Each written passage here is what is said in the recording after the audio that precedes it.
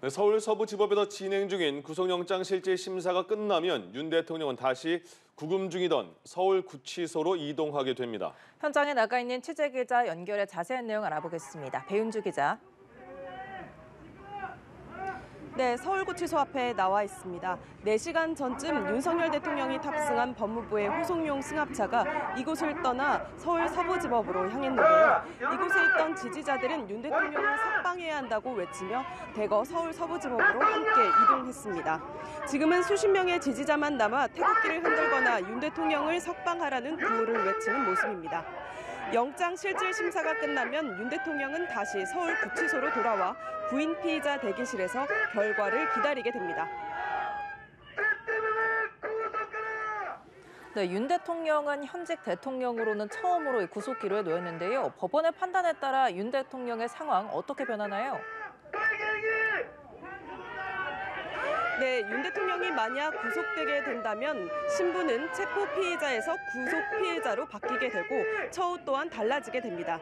윤 대통령은 지난 15일부터 이곳 서울구치소 내 피의자 구인 대기실에서 구금돼 있었는데요. 그러나 구속 시에는 정식 구속 입소 절차를 밟아야 합니다. 인적사항을 확인하고 마약 등 반입 금지 물품을 추대했는지 확인하는 정밀 신체 검사도 받습니다. 이후 연안 국방색의 미결 수용 수용복으로 갈아입고 수용 번호를 단 채 머그샷을 촬영하게 됩니다. 이 같은 절차를 모두 마치면 구인 피의자 대기실이 아닌 일반 수용자들이 머무는 수용동으로 옮기게 되는데요.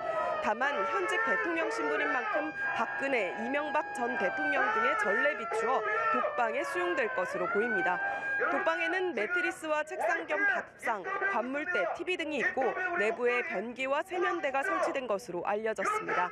구속기간은 체포기간을 포함해 최장 20일입니다. 이후 검찰이 구속 기소하면 1심에서 최장 6개월, 2심에서도 6개월씩 구속기간이 늘어날 수 있습니다. 반대로 영장이 기각된다면 윤 대통령은 즉시 구치소에서 석방돼 관저로 돌아가서 불구속 상태로 수사를 받게 될 전망입니다.